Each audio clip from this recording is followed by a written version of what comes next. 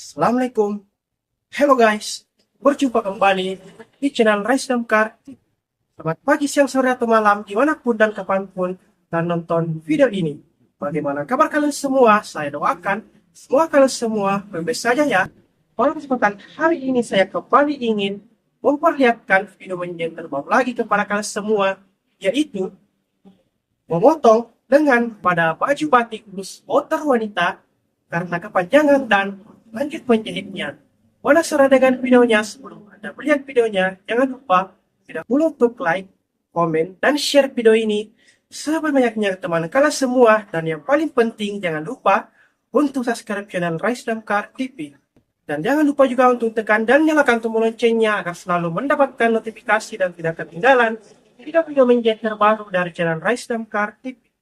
Semoga dengan video menjahit terbaru kali ini dapat menambah pengetahuan dan wawasan Anda tentang bagaimana sih menjahit dengan benar. Selamat menonton. Semoga video ini dapat Anda nikmati dan dapat Anda menyukainya. Enjoy the video teman-teman.